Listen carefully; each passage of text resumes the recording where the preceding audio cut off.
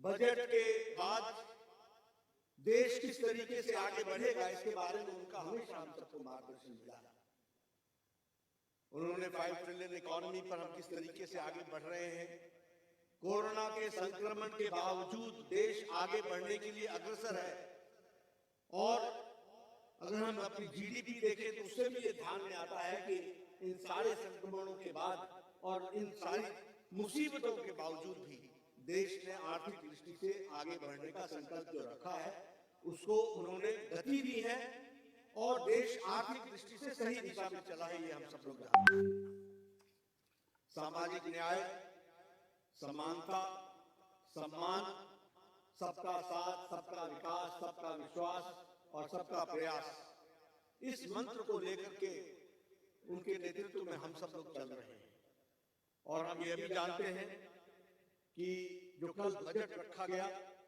वो pro people budget रहा, progressive budget रहा,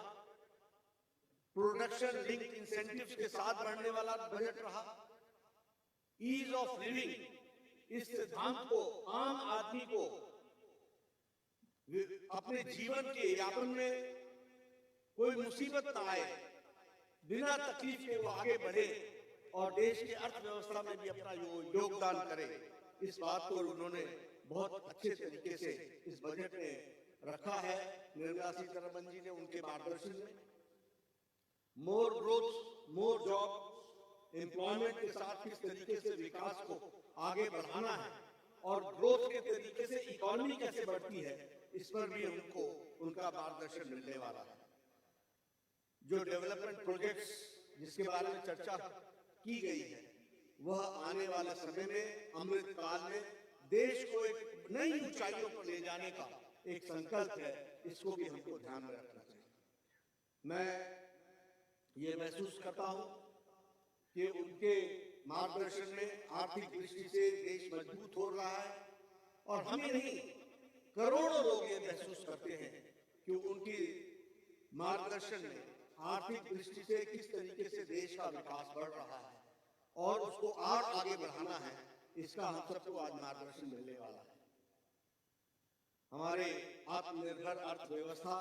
इन पर, इस विषय पर उनका हमको मार्गदर्शन मिलेगा। मैं आपके और उनके बीच में ज्यादा देर न रहते हुए मैं उनसे निवेदन करूंगा आदरणीय प्रधानमंत्री जी से कि वह हम सभी कार्यकर्ताओं का मार्गदर्शन करें और उनको मैं ये विश्वास दिलाना चाहता हूं कि हमारे करोड़ों कार्यकर्ता आपके बताए रास्ते पर चलकर देश को मजबूती प्रदान करने में अपना पूरा योगदान करेंगे। इन्हीं शब्दों के साथ मैं आदरणीय प्रधानमंत्री जी को निमंत्रित करता हूं, आमंत्रित करता हूं कि वह हम सबका मार्गदर्शन करें।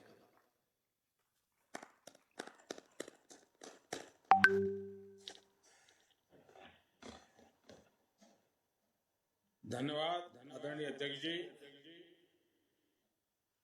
नमस्कार। देश भर से जुड़े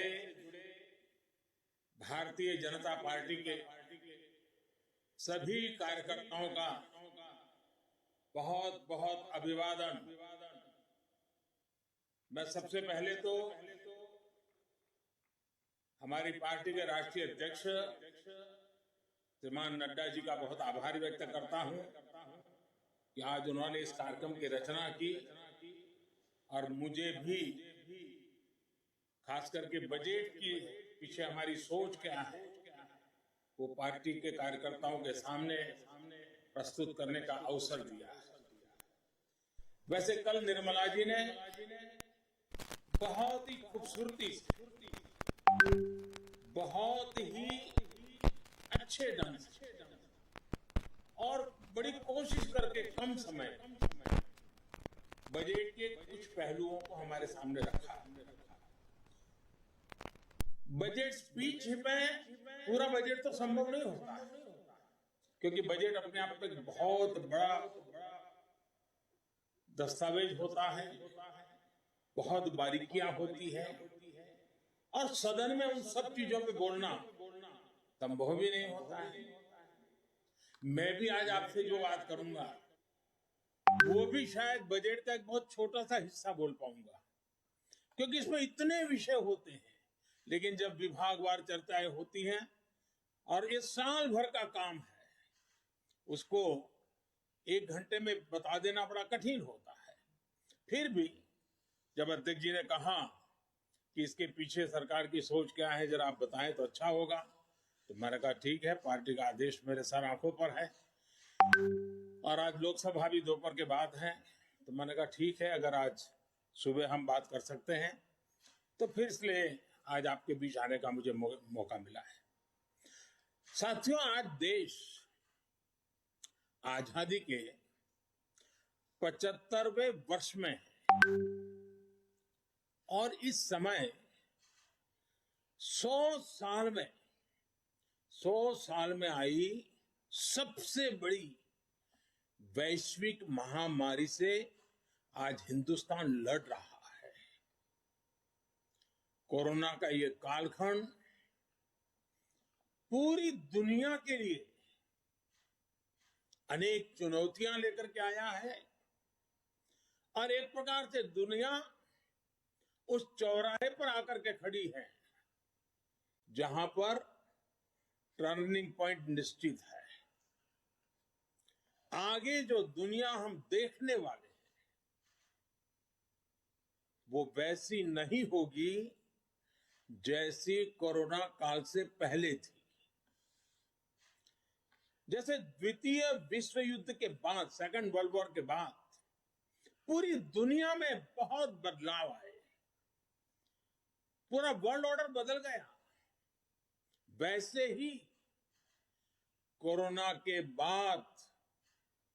दुनिया में बहुत सारे बदलाव की संभावना है। एक नए वर्ल्ड ऑर्डर की संभावना है और इसके प्रारंभिक संकेत नजर भी आने लगे हैं। हम सब ने इस बात को मार्क किया होगा, अनेक कोने से सुना होगा, बहुत सी चीजें पढ़ी होगी और आप भी दुनिया में कहीं जाते होंगे, मिलते होंगे तो आप भी अनुभव करते होंगे। आज भारत की तरफ देखने के विश्व के नजरिए में बहुत बड़ा बदलाव आ रहा है। भारत जैसे विशाल देश को, लोकतांत्रिक देश को